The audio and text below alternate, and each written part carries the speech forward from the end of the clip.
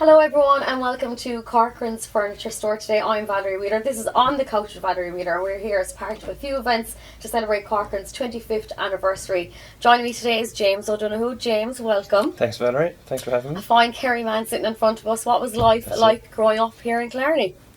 Oh, well, I'm an out-and-out townie, so Killarney boy born and bred, never too far out of town, hanging around the streets, playing football. That was about it really, just hanging around with the lads and getting into a bit of trouble. Great town to grow up in. I was going to say, was there a good sense of community spirit behind it all? There was. I'm from Scranton Court, down Ross Road, so I had an estate, and you know the way an estate is, everyone is just great friends. There's a field there for playing ball, and every day it was just get in from school, bag down, out in the green playing football and soccer. It was just a great place to grow up and I loved it. She is a massive part of your life, and can you tell us about when you first maybe picked up a ball? What age were you?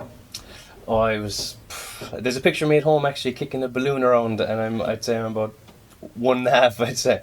But my father was a big footballer, so I kind of copied whatever he was doing, so he was big into the football. I remember being up in my club in the Legion at a very young age, just watching and just getting into it that way. I can remember being up in Legion and the smell of deep heat.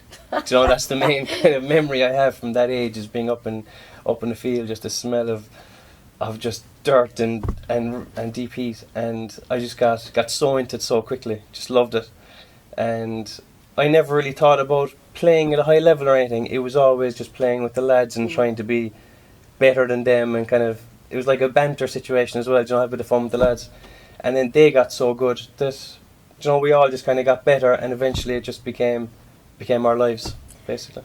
And when you say you were obviously competitive from quite a young age, even if it was against the lads, but when the time came for you to realise, okay, I'm actually quite good at this, I'm going to take it a bit seriously, did you find there a small bit of pressure because your dad was so well known?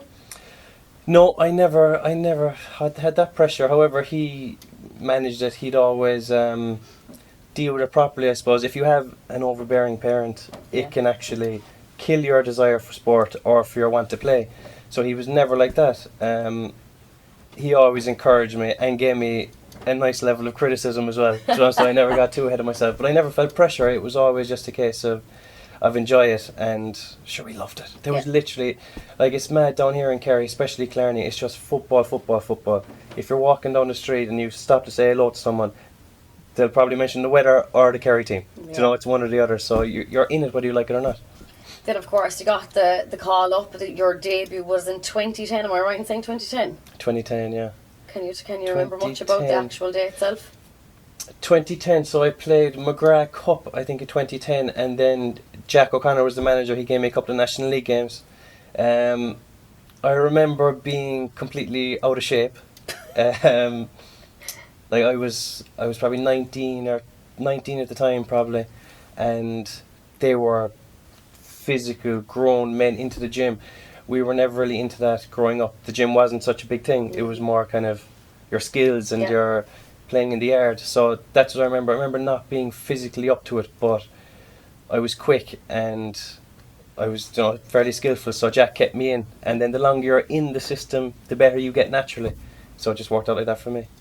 I mean, were you nervous? Everyone dreams playing for the county, let's call it a spade, and it's a county like Kerry, and getting your debut then on a team with probably players you've looked up to as role models. Were you a bit nervous that day? I was. Well, not necessarily the day of the debut. I would say I was nervous when I got called in at the start, because I'm in there with Mark O'Shea, Aidan Mahoney, Tom Sullivan, Gooch, Declan Sullivan, Paul Gavin, Donoghue. These aren't just footballers, these are completely huge personalities and characters. And you're sitting there kind of like a little boy. Where do I sit in the dressing room? Yeah. Should I be here? Exactly. It's exactly what it was.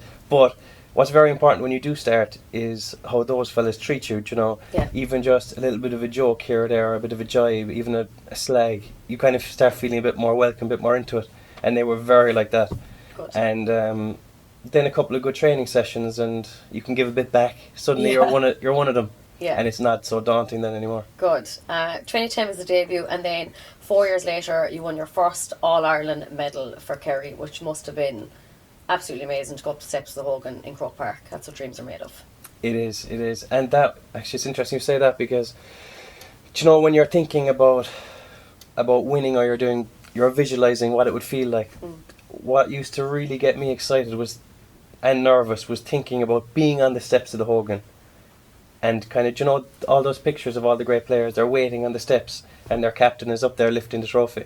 So I used to always want to be there and feel that buzz of, I finally won it, and look at our captain lift the trophy. So I remember that feeling was something I've always kept with me. And the other feeling I have of winning is, with about 2 minutes to go, we're 2 points up, and Donegal had to get a goal. So I remember just praying, please, just referee, blow it up. And actually got a goal chance, and Brian Kelly saved it. So they were the two things, just utter relief and praying, please blow it up. That's my memory of it. That's absolutely amazing. What were the celebrations like that unfolded the week after? Did you go back to work at what stage, 2 or 3 weeks later? I think I timed my 2-week holidays to have it just after, which was lucky. Because we weren't expected that in 2014, we probably would have been rated 5th or 6th in the country, maybe, definitely not in the top 1 or 2. So when we won it, we were received brilliantly by the Kerry public. You know, they were like, you kind of went a step above maybe where you thought you'd be. So it was a team that was taken in by the Kerry people, so you couldn't help but celebrate it. There was such a great buzz around the place. And it's so nice to win, because you're winning an All-Ireland as part of the team, but that year as well you also won individual accolades, you'd All-Stars, you'd Player of the Year, which is also a massive achievement for you to get as an individual. Yeah, I suppose it's kind of cliche to say, but you don't really think about it, but it is nice to look back now and say that you got it. At the time you all say, no, we're all a team, this is a team effort. Now you're like, yeah, I was Player of the Year. Yeah, and you're voting for yourself online now. Vote for me. No, I think looking back, it was just all such a massive wave of positivity. It was like, if anything, I'd have nearly won the lottery as well if I went for it. I was on just the crest of a wave, getting lucky for everything. Every time the ball bounced, it landed in my hand, or if there was a goal chance, the defender would slip. Do you know, like, it just felt like everything was going my way. And I suppose that's kind of the confidence you get, and then it kind of compounds on and on. Yeah. Any other highlights? Is that the main one? I suppose the main highlight I look back of now isn't necessarily a win or an award. It's just being involved in a group of your best friends with a purpose, you know, with a goal. Because when you think about kind of being young now, or being in your 20s, playing football, you're outside, you're exercising, you have a purpose, and you're with your friends. Like, where else can you get that from? And even after your training, you're going in, you're having dinner together, and then you're socialising together. If there's another match on, you're going together. You're just part of this great thing that if you can just stick in there and be successful, it's just a great lifestyle. And there's plenty of highs when it comes to playing sport, but obviously sometimes there's a few lows. Would your lows have been the injuries? Yeah, and they are, and not necessarily each injury kind of in isolation. It's more, you're trying to come back and you're not quite part of that group that I was just talking about there, so you're not really part of it for that time you're injured, and I found that difficult mentally. And then people kind of go, he's injured, but they don't realise that you're working probably twice as hard to get back and be at that level and get back in with them. So you're kind of on the outside, and especially if you're missing a big game, you know, you're downtown, people are kind of, they don't want to annoy you because they don't want to mention the injury. So they're kind of ducking you. So it's just a pain in the backside really, but it's all part of it. Everyone has their injuries, and it's how mentally strong you are to kind of get over them. And it probably shows the amount of work and effort that you put in, that your body just can't maybe cope with the workload of the training sessions, the gym sessions, the matches, and the days here and the days there. But when it comes to the injury, you did in 2021, you took a break out and you did try your best to get back maybe for the 2022 season, but unfortunately you just weren't able to get there. Yeah. What I did was I came back and I played 2 National League games, and I was playing very well, but I actually, at the end of the second one, I tore my calf very badly. And if I could go back now, I'd do things so differently, but I actually did it at the very start of a match against Galway. And I actually felt embarrassed that I was injured again. That's what I felt. So I stayed on. I knew I had to stay on, and I made absolute ribbons of my calf. And it took me way longer to get back than it should have. And after that, I kind of thought, you know what, I don't know, do I have it in me again to keep coming back? And the standard of the panel, you know, you're kind of holding someone else back from getting their chance, and you're given so many chances that eventually you have to just say, do you know what, I want to play with my club and give them a couple of good years and leave the younger fellas come through, because at that stage they were after winning 5 minors in a row. Yeah. So I was like, this fella again. Hot in your heels. Exactly. I was like, this fella again with the calf. So I was happy to bow out at that time because a lot of the team that we played with were retired. So it was probably the right time for me to go as well. No regrets from the time you did it? No, good. Definitely the right time. That's good. When it comes to entering now, I did tell you I did do a bit of digging when it comes to you, and you were quite injury prone, and I've been told that not only were injury prone playing, but also as a fan in Hill 16.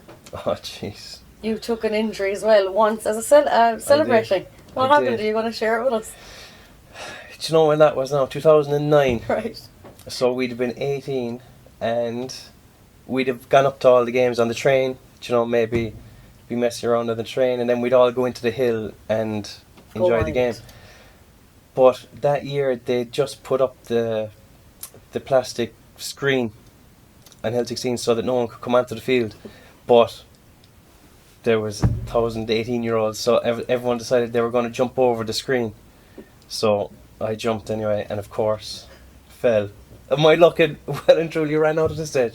Fell and actually, broke my arm. So the field was completely taken by people, and I was just trying to get off with a broken arm. But I got home and I was okay, but I was out for a few weeks with that as well. The joys of being young and foolish above in the hill. I think we've all been there at some stage. Yeah. For you though, you were able to now go on and have a bit of a career out of it, because not only have you played, but now you're actually on the other side, media. You have a podcast, Football Pod. Do you want to tell us a bit about that? I know that everyone probably knows that at this stage.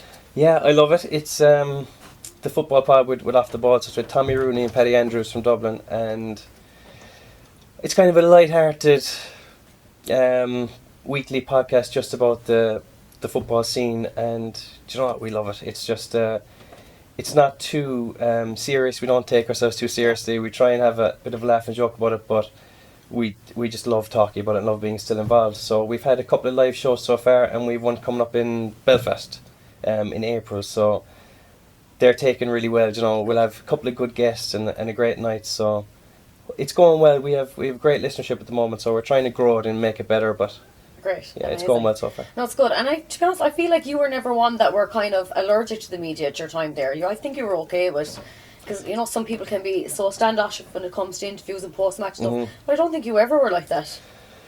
You were quiet. No, I loved it. But you liked chatting. No, I didn't mind it. Because in the football scene, I think that people are so passionate that when they're even saying a football interview, it's just like a chat, because they're so interested and you genuinely like talking about it. So I never felt too much disdain towards the media or anything. But I know that in some camps, in some counties, they kind of tell the players, look, beware of the media. Okay. Anything you say might be taken in the wrong context. No point in getting involved in it while you're playing. So I think that sometimes that happens, but with Kerry that wasn't the thing at the time, and you were kind of able to get your personality across, which I think is good. Yeah, no, it is, and it's really nice to see the player behind the actual game itself. When it comes to Kerry this year, I still love to see that players, when they retire, they continue to support and talk about it. Where do you think Kerry are this year? What's the story with them? Who's their biggest threat? Well, that's the $1 million question, but I always say Kerry are going to win. Here. It's everywhere. It's here and here, but it's in my blood. But if I was to really think about it coldly, Dublin look very, very good this year. I don't think I've seen Dublin as good this early in the year, possibly ever. You know, usually they really take their time and build up, but their performances in the National League against Derry and Kerry and a couple more, they seem to be really on a different level at the moment. So we'll hyping up Dublin now. Go on, this is the Kerry man. Kerry Yarra stuff again. Kerry, Dublin winner. But I still think that Kerry can beat anyone on their day. And with David Clifford, Paddy Clifford, Shawnee Shea, how can you back against Kerry ever? Yeah. But I think Dublin are probably stronger, so we'll have to put in a great shift if we did draw them later in the summer. Amazing. Look, it's been lovely having you. I'm delighted that you're here today, because I was also told that you're actually quite impossible to contact, that you're not great for picking up the phone, because I was told, you did mention him earlier on yourself, you brought up Brian Kelly.